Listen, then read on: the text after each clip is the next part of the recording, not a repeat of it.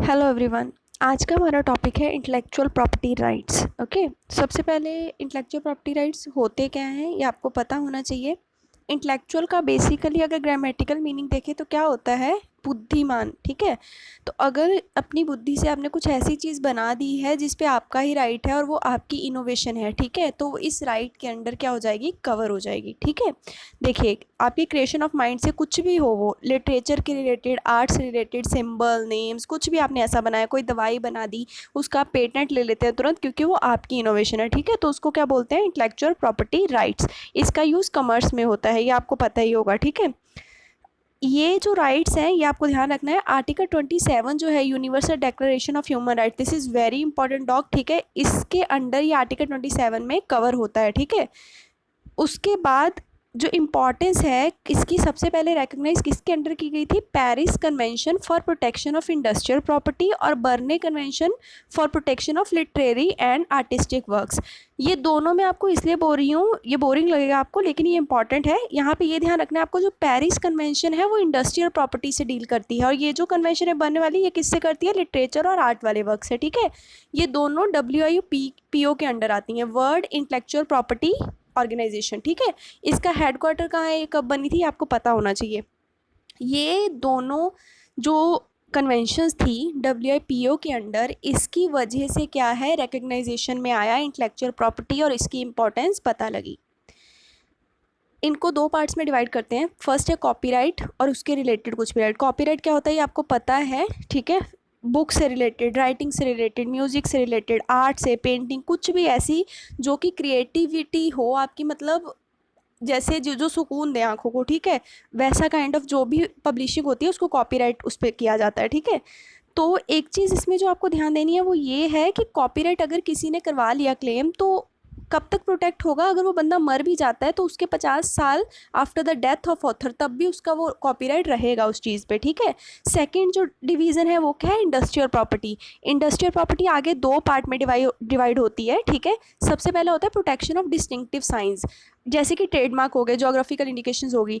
Trademark अब इसमें क्या होते हैं आपको पता है, ज्वेलरी से रिलेटेड ट्रेडमार्क होते हैं। ठीक है, फिर उसके बाद से इलेक्ट्रिक अप्लायंसेस में ट्रेडमार्क होते हैं, मतलब एक अलग सा सिंबल जो है, जैसे ये दे दिया किसी को, फिर किसी को ये दे दिया, ये मतलब अलग अलग सिंबल जो है वो ट्रेडमार्क बन जाते हैं कि हमने जो बनाया है वो अलग प्रोडक्ट है। ठीक है, हमारी इनोवेशन है।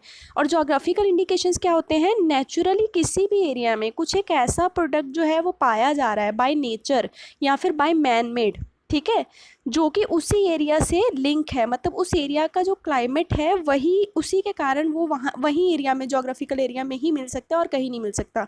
For example Nagpur oranges. ठीक है, ये बहुत फेमस है, इनका टेस्ट ही अलग है। वर्ल्ड का कोई भी ऑरेंज उठा लो, नागपुर ऑरेंज उठा लो, आपको अलग टेस्ट मिलेगा, तो वो क्या है, जोग्राफिकल इंडिकेशंस है।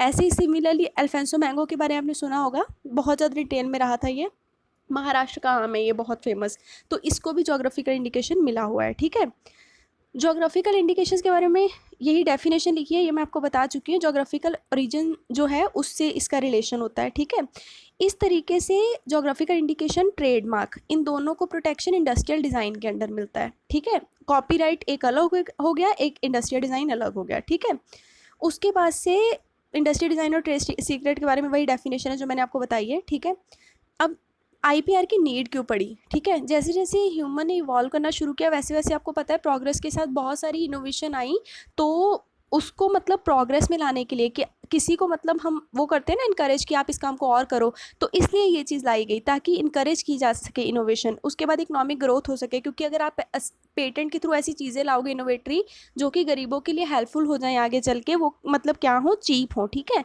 तो उससे क्या हो जाएगा, फ़ायदा हो जाएगा इकॉनमी को भी और सोशल सर्विस भी हो जाएगी। ठीक है, फिर क्रिएटर्स के राइट को सेफ गार्ड करने के लिए भी था ये।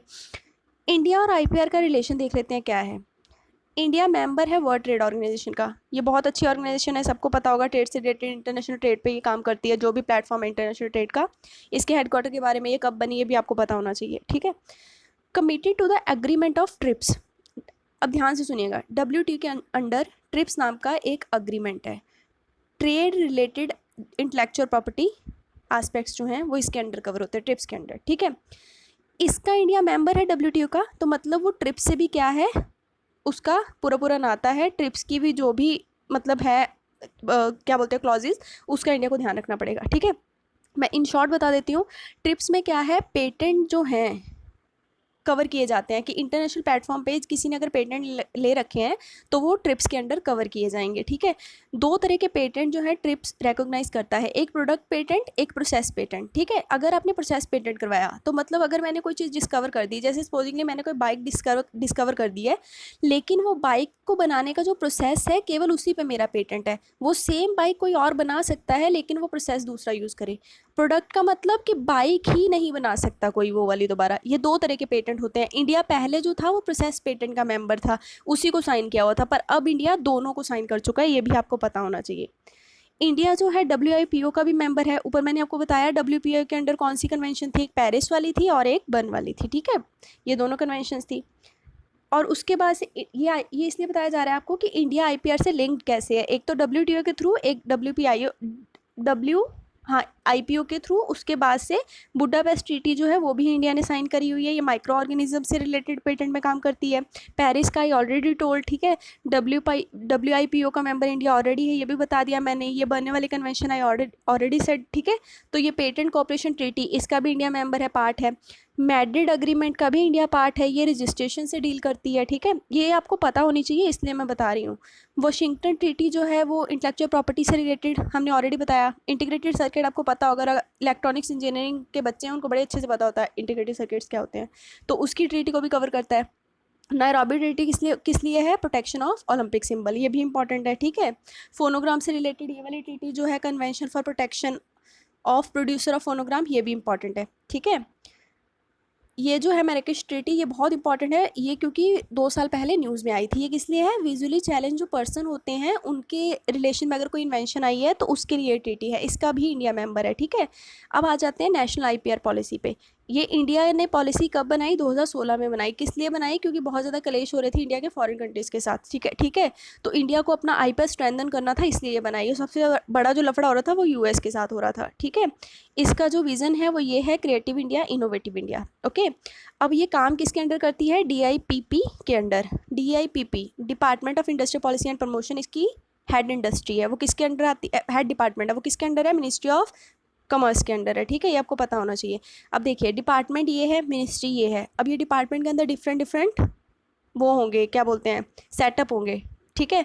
तो कौन सा सेटअप है जो IPR से रिलेट है, वो कौन सा है, cell for IPR promotion and management. CIPAM की फुल फॉर्म भी आ सकती है आपको। तो सीपम किसके अंडर है, DIPP के अंडर है। इंडिया का जो IPR रजीम है वो WTO के एग्रीमेंट ट्रिप से रिलेटेड है, ये भी मैं आपको बता चुकी हूँ। तो ये यहाँ पे दोबारा क्यों आया है, क्योंकि जो IPR पॉलिसी इंडिया ने बनाई है उसमें इन बातों का ध्यान रखा गया है कि WTO के ट्रिप्स के अंडर जो जो भी क्लॉजेज हैं उनसे एडहर होके ये पॉलिसी बनाई जा सके। ऑब्जेक्टिव सेम ही है, अवेयरनेस क्रिएट करना, लोगों को क्रिएटिविटी में इन्हांस करना, कमर्शलाइजेशन करना IPR का। और जैसे हमारे कलेश हो जाते हैं बड़े बड़े कंट्रीज़ के साथ, US वगैरह हो गया, यूरोप हो गया, IPR पे, तो उसके लिए हम क्या कर सकें, इन्फोर्समेंट और जल्दी से जजमेंट्स दे सकें, उसके लिए भी बनाया गया। ह्यूमन कैपिटल तो ऑब्वियसली डेवलप होगा क्योंकि आप इनोवेटिव माइंड जो भी हैं उनको इनकरेज कर रहे हो, ओके। ये बहुत इंपॉर्टेंट है। टिस्क सेंटर्स ये बनाए जाएंगे। सबसे पहला जो है वो पंजाब में बनाया गया था। ये जो टिस्क सेंटर्स हैं ये किसकी हेल्प से इस्टेब्लिश किए जाएंगे, विपो की हेल्प से, ठीक है। तो ये सेंटर्स भी बहुत इंपॉर्टेंट है और ये इस IPR पॉलिसी के अंडर कवर हैं। ये बहुत इंपॉर्टेंट सेक्शन है, इसके कारण इश्यूज बहुत बड़े थे। ये इंडियन पेटेंट एक्ट 1970 का सेक्शन 3D है। ये क्या कहता है कि अगर आपने कोई पेटेंट किसी चीज़ पे ले लिया, जैसे बाइक की ही बात करते हैं, मैंने पेटेंट ले लिया बाइक पे, फिर उसके बाद मेरा पेटेंट ख़त्म होने वाला है, मतलब जैसे 20 साल बाद ख़त्म हो रहा है, ठीक है।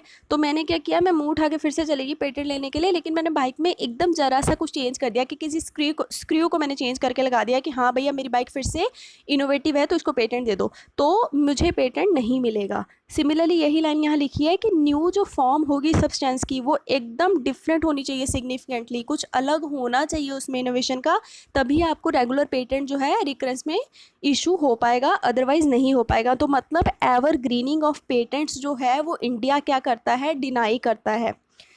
उसके बाद से ये नोवार्टिस ड्रग जो था, ग्लाइवेक, ये कैंसर का ड्रग था, इसको भी इसी बिहार पे पेटेंट नहीं मिला था, इसने भी कोई इनोवेशन नहीं किया था, ये दोबारा से पेटेंट लेने चला गया था, तो इस सेक्शन के under patent was denied. Compulsory licensing licence क्या होता है? ये होता है जैसे अभी कोरोना चल रहा है, किसी ने अगर कोरोना की दवाई बना ली और उसके लिए पेटेंट ले लिया, ठीक है, उसके बाद वो ये कह रहा है कि मैं तो ये 3.5 लाख में दूंगा एक एक जो दवाई है मैंने बनाई है, ये इंजेक्शन जो भी बनाया है, तो भाई गरीब कहाँ से खरीदेगा? तो इसके लिए क्या बनाया गया, कंपल्सरी लाइसेंसिंग, कि अगर पब्लिक को ज़रूरत है, बहुत ज़्यादा पब्लिक वेलफेयर या सेफ्टी के लिए किसी चीज़ की ज़रूरत है और पेटेंट वाला बंदा उसको नहीं दे रहा कम दाम पे, तो कंपल्सरी लाइसेंस इशू करके गवर्नमेंट क्या कर सकती है, उसको बनाना शुरू कर सकती है, और उसके बदले में वो पेटेंट वाले बंदे को रॉयल्टी फ़ीस दे देगी, ठीक है, और वो ले चाहे ना ले, उस पर थोप दी जाएगी वो, ठीक है, क्योंकि पब्लिक वेलफेयर सबसे अटमोस्ट पे होता है। तो सीएल, अब ये ध्यान रखना है आपको, कंपल्सरी लाइसेंसिंग केवल इंडिया में ही एप्लीकेबल नहीं है, ये जो हमने पढ़ा ट्रिप्स, उसके अंडर भी इस चीज़ का प्रोविज़न है कि आप दे सकते हो। ये यहाँ पे यही चीज़ लिखी हुई है कि ट्रिप्स के अंडर जो है नेशनल इमरजेंसी में आप इस चीज़ को यूज़ कर सकते हो, कंपल्सरी लाइसेंसिंग को, ठीक है। अब यूएस ने लगातार, यूएस अपनी एक लिस्ट निकालता है, trade representatives priority watch list, इसके अंडर में यूएस ने हमेशा यही बोला है कि इंडिया का इंटेलेक्चुअल प्रॉपर्टी राइट सबसे ज़्यादा गंदा है, प्रोविज़न बिल्कुल भी अच्छे नहीं है, ठीक है।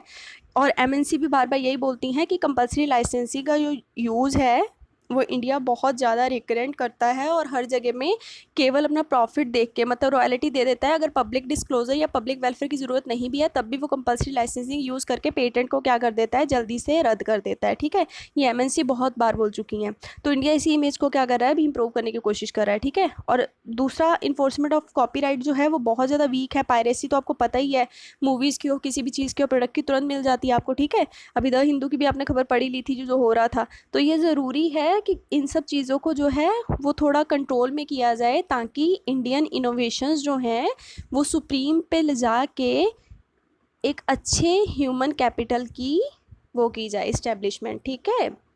तो ये आज का टॉपिक था आईपीआर। कोई डाउट हो तो आप डिस्कशन ग्रुप में पूछ लीजिएगा, और सब्सक्राइब करिए चैनल को, और जो हमारा रिलैक्सेशन स्टडी का टेलीग्राम लिंक है वो आपको डिस्क्रिप्शन बॉक्स में मिल जाएगा। Thank you very much.